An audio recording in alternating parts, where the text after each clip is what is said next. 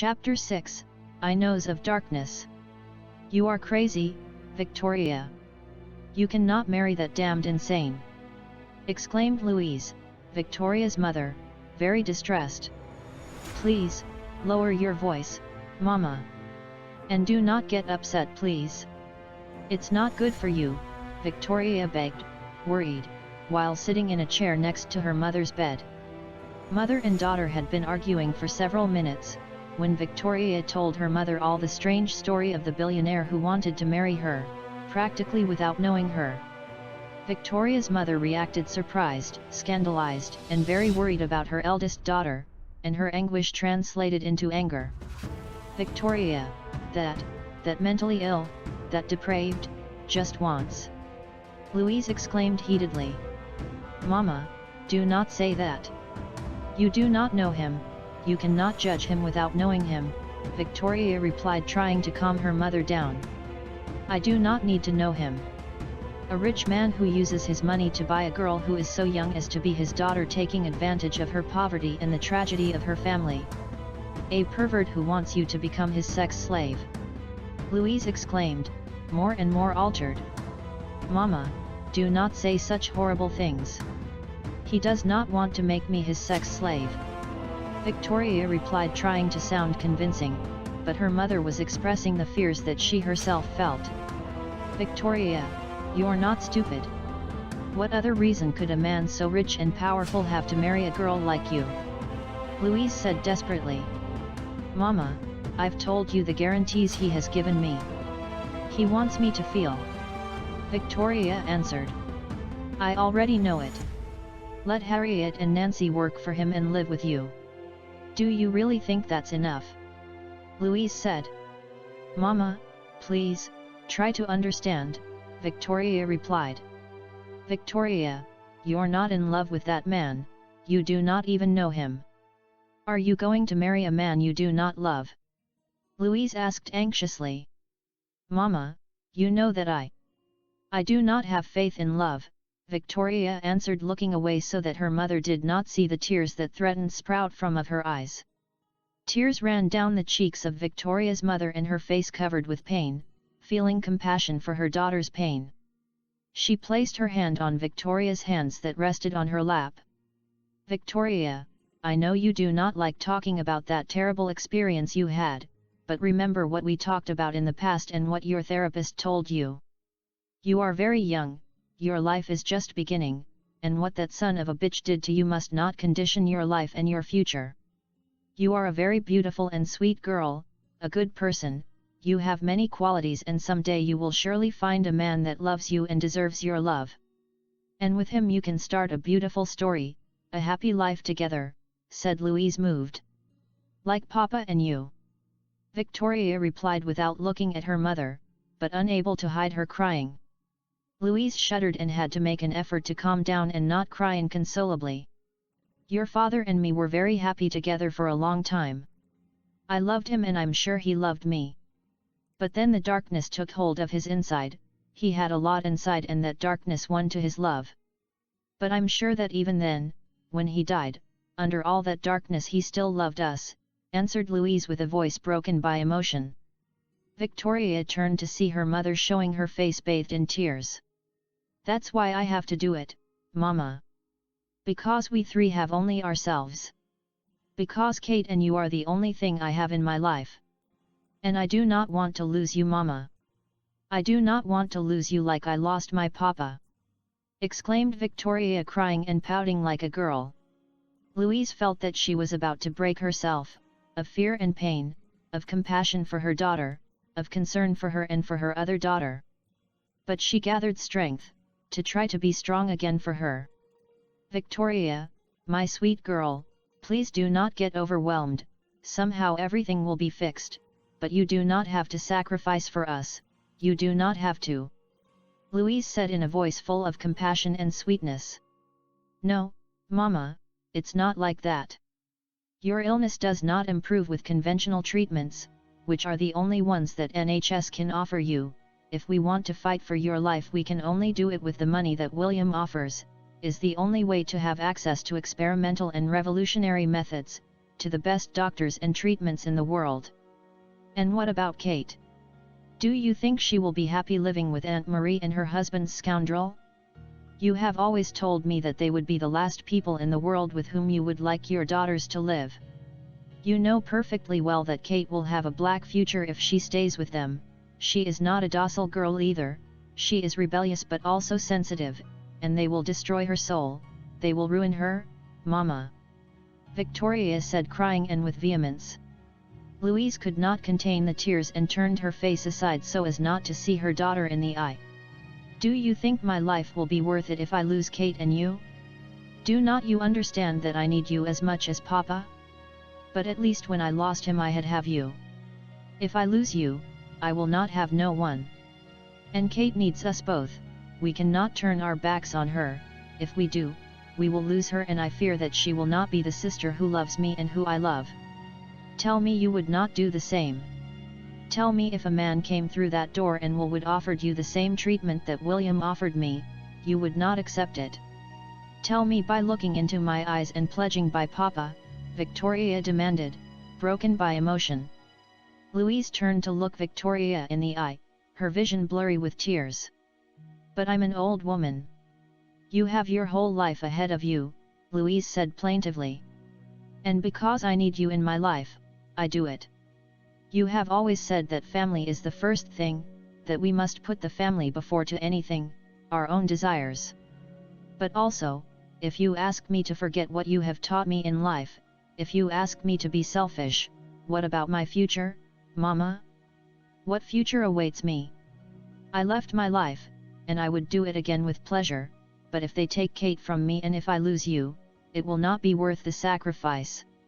I abandoned my studies and maybe I lost my chance to get a studentship forever, because it is very difficult. They allow me to opt again, and work and study at the same time would not be easy. And honestly I do not want to continue being a waitress. William also gives me a chance to study and have a better future, and what is more valuable to me, the opportunity to keep my family together, and fight to save my mother and my sister, Victoria added, trying to stop crying and calm, but pouting. Louise looked away again, feeling her resistance waver. Besides, maybe my marriage does not have to be a farce. I do not speak of love, because I do not believe in it, but there could be friendship, companionship, affection, even some form of love, because after all there are many different types of love, and other things that exist in a marriage between a man and a woman. You have always said that a passionate love is not the only reason for a marriage, that there are marriages that are based on many different reasons, and not for that they have to be unhappy, Victoria said, something calmer, wiping her tears with her hands. Louise, with a serious face and an inquisitive gaze, turned to see her daughter. Are you being serious? Are you telling me you could be that man's real wife and be happy with him? Louise asked skeptically. I do not know. He is a handsome, cultured, and kind man. When he persists he is charming, and he is enigmatic in a good way, and despite his strange behavior, I think he might like me, Victoria answered, lowering her head, blushing, unable to see her mother. You do not even believe it. You're determined to go on with this madness, right? Louise intervened. I'll do it, Mama, with your approval or without it, Victoria answered with a determined and somewhat defiant gaze and gesture. Louise snorted and began to speak expletives in German, while Victoria let her vent. Finally the woman calmed down a bit, but still reflected the disgust and worry on her face. Okay, but I want to meet him immediately, if you do want my approval and that I do not deny my consent to the treatments paid by that man, said Louise as determined as her daughter. Mama. I can do that. I can ask him to come and see you, and I'm sure if I do it, he'll come to see you. But you have to give me your word, that you're going to behave, Victoria said, trying to sound serene, but at the same severe. To behave? Have I given you reasons to be ashamed of me? Louise replied, a little offended. You know what I mean, Mama. Do not try to use your encounter with William to thwart the wedding. I do not want you to offend William in any way or say or do something that makes him change his mind. Do not try a trick, Victoria answered very serious. Young girl. I think you forget who the mother is and who is the daughter. You should not warn or reprimand your mother, but for your peace of mind, I give you my word that I will behave civilly with your fiancé. I will only behave like any mother who will meet the future husband of her daughter. I swear, Louise said sternly. Okay, I'll fix the meeting, said Victoria. The next day, at dusk, Victoria was waiting very nervously for William in the hospital corridor. Finally William appeared, dressed casually but elegantly, and as soon as he saw her, he smiled. Hello, Victoria, did I arrive on time? William asked kindly. Yes, of course, thanks for coming. My mother is waiting for us, Victoria answered without being able to avoid showing her nervousness and anxiety, both because of the proximity of the encounter with her mother and because of the presence of William that still made her feel intimidated, as well as other emotions in which she preferred not to think. Are you nervous? William asked with sincere interest. Well, yes, is that my mother? It does not matter, it's silly, Victoria replied confused, uncomfortable and ashamed. No, of course it matters, and I confess that I'm even more nervous than you. Well, I'm a little embarrassed. If I were in your mother's place I would be furious, and of course I would not see with good eyes to a stranger who wants to marry my daughter in this strange way. I'm afraid of your mother's reaction, because I recognize that however hard she is, I deserve it, and anything she can say will fall short, said William with honest shame, and showing nervous and a little shy. Victoria saw him and liked to see him more human, showing sincere empathy for her and her mother's feelings. And for a moment she felt touched. Well, my mother is very strict, but deep down she is very generous, kind, and a good person. I am sure that, in spite of the circumstances, she will be very understanding, Victoria replied, trying to sound convincing and reassuring, although in the background she herself was not convinced of it. Then William and Victoria walked to Victoria's mother's room, and they both walked in together, with Victoria walking a few steps ahead. When she saw them, Louise's face was covered with a gesture of displeasure and tension, and her gaze looked like the gaze of a hawk when saw its prey. Mama, he's William Mayborn. William, she's my mother, Louise Walker, said Victoria kindly with William and anxious about her mother's reaction. William stepped forward very nervously, trying to make a gentle gesture on his face, but the result was more of an intimidated gesture in front of Louise's hard look. He extended his arm and gently shook Louise's hand, while she reciprocated with a handshake reluctantly. Then, to the surprise of William and Victoria, Louise spoke in German. Ist sogar alter als ich mir vorgestellt habe. He's even older than I imagined, Louise said in German. Mama, du hast mir versprochen, dass du mich nicht in Verlegenheit brings. Sprich nicht auf Deutsch. Mama, you promised that you would not embarrass me. Do not speak in German. Victoria exclaimed in German, furious.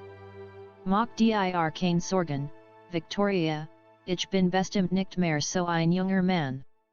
Do not worry, Victoria. I'm certainly not such a young man anymore, said William in German, with a mocking and amused smile, surprising Victoria and Louise. Well, with what you speaks German, you are a surprise box, Lord William, some nice and others. Louise replied with irony. Mama. Victoria said warningly and looking at her mother angrily. I understand, ma'am. I just told Victoria that if I were in your place probably my reaction would be worse. First of all, Mrs. Louise, I want to apologize for the way I have done things, and although for you surely will be hard to believe, I only wish the best for your daughter, for you and your other daughter. And I sincerely tell you that I admire your daughter, Victoria, and I can only congratulate you for you has educated her as she has done. You must feel very proud of her, because from the moment I met her I realized that she is a wonderful and brave girl, that she took care of her sister in your absence as if she were her mother, as you would do yourself, said William, sincere and with the voice a little excited. Victoria saw him and could not help feeling moved. William turned to see Victoria with a warm smile for a moment, and then he saw Victoria's mother again with a calm, kind and expectant expression. Louise seemed a little bewildered, but she was still serious and suspicious. "Lord William," Louise said, tense. "You can call me William, ma'am," said William, gentile. "William, as you yourself said, what you intend, and the way you have proposed, any mother in my place would feel the same as me. It is natural that I am against this, it is normal that I oppose a marriage that would take place in these circumstances, it is normal to distrust you and your intentions. Why do you want to marry my daughter? Or do you intend to tell me that you are in love with her without hardly knowing her?" Louise said. "Of course I understand, and I'm certainly not in love with Victoria, but I honestly tell you that I like her and that I could fall in love with her by knowing her better. I think any man would be proud to love a woman like her," William answered, serene and almost completely sincere. Victoria saw him a little surprised and quite excited, and felt her heart speed up. Louise could not help but be surprised a little too, despite herself. "But in that case, you could court her and get to know her better before you two take the step of getting married, not doing things the other way around," Louise said. "You're right, I know this is very, very irregular, I accept it. But I have reached a point in my life when, after many sufferings, I do not think I can waste any more time. My life, like the life of your family, has not been as we would have wished. I want things to be different for the better. If at the end of this experience, of this path, we take separate paths, at least I will have the satisfaction of having tried it and done something positive, not only for you but also for me. I know it's not a satisfactory answer, but for now it's the only one I can give you, ma'am," said William, as if begging for understanding. "As you yourself said, your answer is not entirely satisfactory. I do not know you, I do not know what your intentions are. It is normal that before a proposal so little orthodox I have misgivings. As a mother, it is normal for me to fear the worst and imagine thousands of disturbing scenarios. In addition, you want my two daughters to live at your home. You will understand that being a stranger to me, I am afraid not only for Victoria, but also for my other daughter, who is only a little girl," answered Louise very seriously. "Mama!" Victoria exclaimed, scandalized and furious with her mother, seeing her with a look of hard reproach. William made an angry gesture for the first time in the whole meeting, and his eyes were angry, and he clenched his right fist. But he calmed down. "Ma'am, I understand your feelings, but I guarantee you that I am not a depraved pervert, and I would never harm a child. I had a son who would be just a little older than your youngest daughter," said William, trying to contain his emotions. "You had a son? And that?" Louise asked, intrigued. "Mama!" exclaimed Victoria, nervous and uncomfortable, trying to make her mother shut up with a meaningful look. "My son died 2 years ago, ma'am," answered William, trying to sound deadpan, but with his face and his voice betraying a little his emotion. Louise was surprised and relaxed the look on her face. "I did not know it, I'm so sorry. I can ask, how did your son die?" Louise asked in a more empathetic way. "Mama, no!" exclaimed Victoria, ashamed and worried about William's pain. "It was killed by his mother, who was my wife. She was a drug addict with some mental problems, fed up with the disability of our son, and in a fit killed him brutally. She is serving life in prison for it," William answered harshly, like an officer who gave the part of casualties in a battle to a superior. Both Victoria and her mother were stunned, with their mouths open and eyes wide open, seeing William with a mixture of compassion and surprise. I'm sorry. I did not know, forgive me if I've been indiscreet and I've caused your grief," Louise apologized, genuinely embarrassed and compassionate. "Don't worry, you had no way of knowing, but you will understand that it is a topic that I do not like to talk about," William said seriously but trying to relax his voice. "We have also suffered tragedies, apart from my illness, the death of my husband, of Victoria's father, and I understand, because Victoria does not like to talk about it either, said Louise and saw her daughter. Victoria turned to see a wall because she did not want her mother or William to see the tears in her eyes. I know, and believe me, I'm very sorry. As far as I know, her husband was a brave man who had to suffer a lot, said William sincerely. Louise and William could not help but look at Victoria when they heard her pouting as she cried. William, I want to talk to you alone, a couple of minutes, said Louise quietly. What? No way. Victoria replied, turning to see her mother and wiping her cheeks with the back of her hand. It's okay, Victoria. I think your mother is being reasonable, said William. Reluctantly, Victoria left the room and left them alone. At Louise's request, William sat on the chair beside the bed.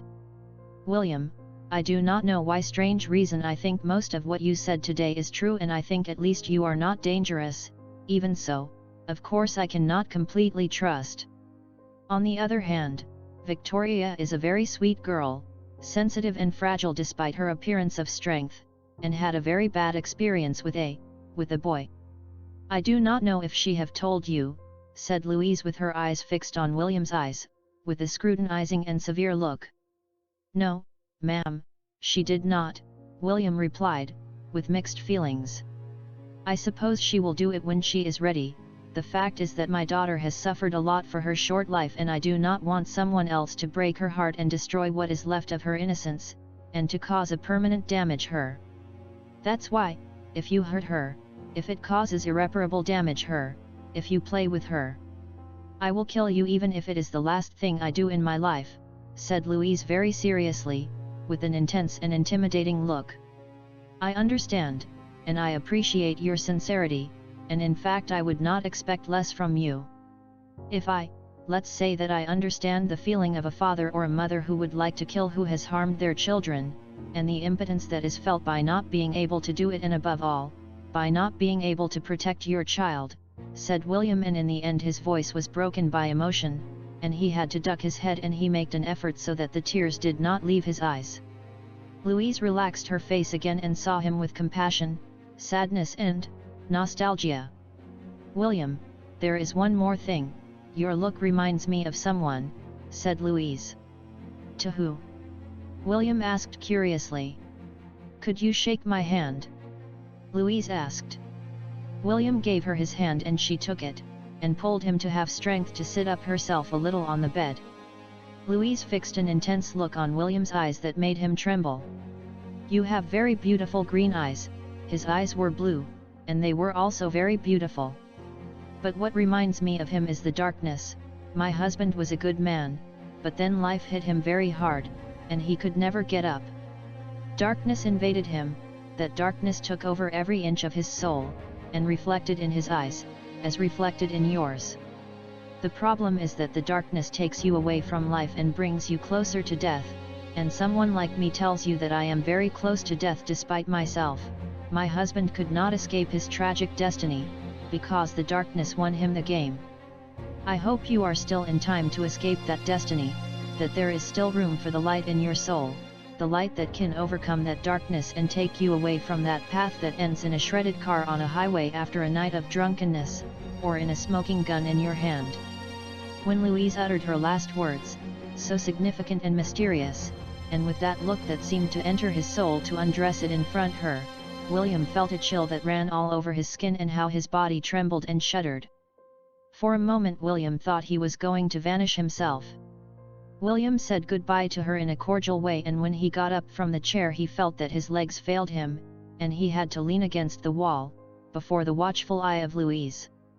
Then he went to the door and found Victoria in the hallway, and she worried when she saw his pale face. My mother told you something bad? Was she rude to you? Victoria asked, worried and nervous. No, she was very understanding with me, very kind. I think in the end she and me have understood each other. In fact, I think she is the one that has understood me best in a long time. Do not worry, Victoria, your mother, it has been very nice. Tomorrow I wait for you, your sister and your friends to settle in the house. Now go with your mother, I must return to work, said William with a smile. After a few more words, Victoria went back into her mother's room. Then, William leaned against the wall and closed his eyes, remembering the words of Victoria's mother, "A smoking gun in your hand."